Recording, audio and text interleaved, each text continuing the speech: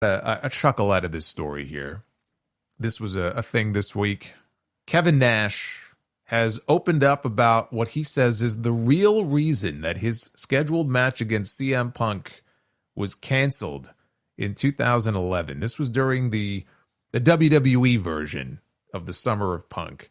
If you remember, Kevin Nash showed up at SummerSlam to stick it to CM Punk, and he dropped him with a jackknife powerbomb, cost him the WWE Championship to Alberto Del Dipshit, and that set up a program between the two of them. However, we never did get the match between them at Night of Champions. It was very abruptly changed, and Kevin Nash was replaced by Triple H, and he beat Punk in a no disqualification match.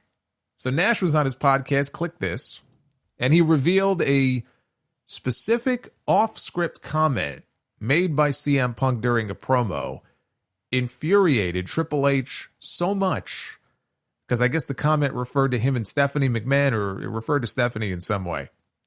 But it infuriated him so much that it led to Triple H inserting himself into the match. This is what he said.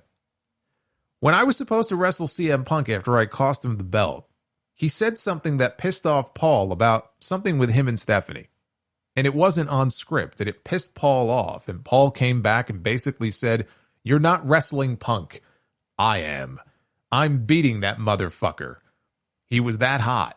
Paul isn't a bitch. It was like, "Oh, okay, motherfucker."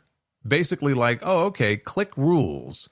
Like, you want to pull them out, measure them? Here we go. Suck on that." What a fucking vision. I know how fucking much Paul cares for him now, and to bring him back and everything that happened, and Paul to entrust Phil with everything that he's done, and vice versa for each other. So that's what people don't understand that aren't in the business, is that you can have that kind of fucking heat with somebody 10 years ago, 4 years ago, 3 years ago.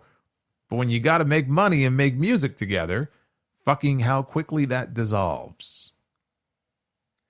And while that is completely 100% believable, and I think a lot of us figured it went something like that, this is what Kevin Nash told Wade Keller in 2012, because he has given a totally different accounting in the past of why this match never happened that had nothing to do with Triple H. This is what he told to Wade Keller over a decade ago. He said what happened was, because of the wellness program, my dad died of a heart attack at 36 years old. They do beyond a thorough physical.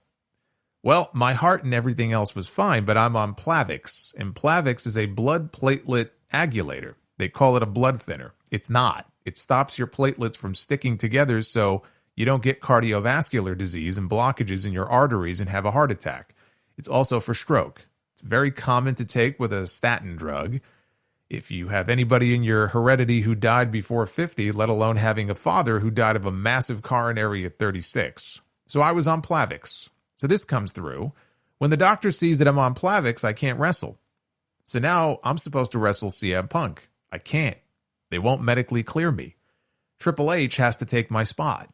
It screws up the entire angle. That's how all that came about. WWE would never, because that's the class of the program, never let that come out. But I need to make sure people realize it wasn't creative's fault.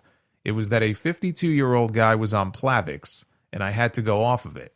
I had to be off of it for a certain amount of time before I could go back to work. It just so happened that I was finishing the Soderbergh film Magic Mike at the time, and I had to go shoot that, so it coincided with me going away for a while. I took the shot with the sledgehammer in Buffalo at Night of Champions, and that got me away until I could be cleared, and then I came back and we went into the match with Paul and I. At that point, Phil and I sort of missed our opportunity to have that match. That's the true untold story that I give only Wade Keller. That's a very different story than the one he's telling now. And he wasn't done either in that interview. He said, had the storyline played out as originally conceived, John Laurinaitis would have been revealed as the one who texted him at SummerSlam. He said it would have been Johnny. It would have been Johnny trying to end around and me trying to say that Paul had changed because he was a blue blood now and he wasn't Click.